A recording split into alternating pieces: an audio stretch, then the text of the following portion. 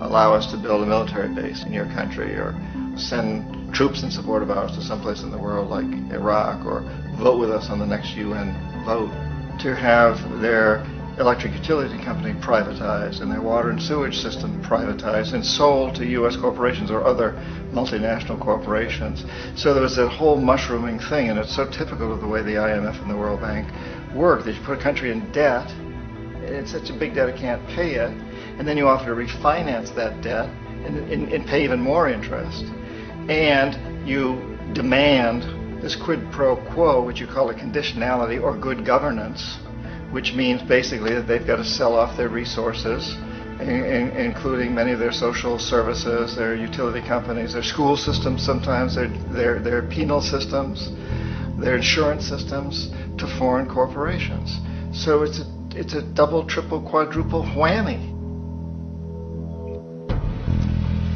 The precedent for economic hitmen really began back in the early 50s when democratically elected Mossadegh, who was elected in Iran, he was considered to be the hope for democracy in the Middle East and around the world. He was Time Magazine's Man of the Year. But one of the things that he'd run on and began to implement was the idea that foreign oil companies needed to pay the Iranian people a lot more for the oil that they were taking out of Iran. The Iranian people should benefit from their own oil. Strange policy. We didn't like that, of course. But we were afraid to do what we normally were doing, which was to send in the military. Instead, we sent in one CIA agent, Kermit Roosevelt, Teddy Roosevelt's relative. And Kermit went in with a few $1 million and was very, very effective and efficient. And in a short amount of time, he managed to get Mossadegh overthrown and brought in the Shah of Iran to replace him, who always was favorable to oil. And it was extremely effective. Mobs overflow Tehran. Army officers shout that Mossadegh has surrendered and his regime as virtual dictator of Iran is ended. Pictures of the Shah are paraded through the streets as sentiment reverses. The Shah is welcomed home. So back here in the United States, in Washington, people looked around and said, wow, that was easy and cheap. So this established a whole new way of manipulating countries, of creating empire. The only problem with Roosevelt was that he was a card-carrying CIA agent, and had he been caught, the ramifications could have been pretty serious. So very quickly at that point, the decision was made to use private consultants to channel the money through the World Bank or the IMF or one of the other such agencies, to bring in people like me who worked for private companies, so that if we got caught, there would be no governmental ramifications.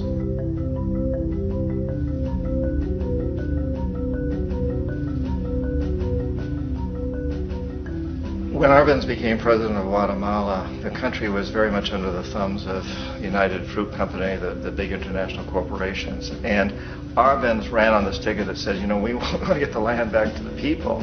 And once he took power, he was implementing policies that would do exactly that, give land rights back to the people. United Fruit didn't like that very much.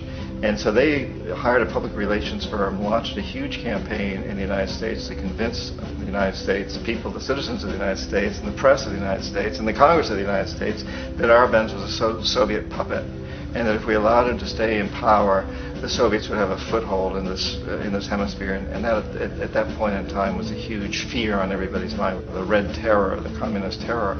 And so, to make a long story short, out of this public relations campaign came a commitment on the part of the CIA and the military to take this man out. And in fact, we did. We sent in planes, we sent in soldiers, we sent in jackals, we sent everything in to take him out, and did take him out. And as soon as he was removed from office, the new guy that took over after him basically reinstated everything to the big international corporations, including United Fruit.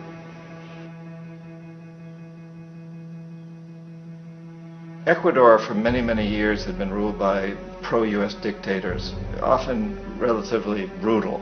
Then it was decided that they were going to have a truly democratic election. Jaime Roldos ran for office, and his main goal, he said, as president would be to make sure that Ecuador's resources were used to help the people. And he won, overwhelming, by more votes than anybody had ever won anything in Ecuador. And he began to implement these policies to make sure that the profits from oil went to help the people. Well, We didn't like that in the United States. I was sent down as one of several economic hitmen to change Roldos, to corrupt him, to bring him around, to let him know, okay, you can get very rich, you and your family, if you play our game, but if you continue to try to keep these policies you've promised, you're going to go. He wouldn't listen. He was assassinated. As soon as the plane crashed, the whole area was cordoned off. The only people that allowed in were U.S. military from a nearby base and some of the Ecuadorian military. When an investigation was launched, 2 of the key witnesses died in car accidents before they had a chance to testify. A lot of very, very strange things that went on around the assassination of Jaime Roldos. I, like most people who've really looked at this case, had absolutely no doubt that it was an assassination. And of course, in my position as an economic hitman, I was always expecting something to happen to Jaime, whether it be a coup or assassination, I wasn't sure, but that he would be taken down because he was not being corrupted. He would not allow himself to be corrupted the way we wanted to corrupt him.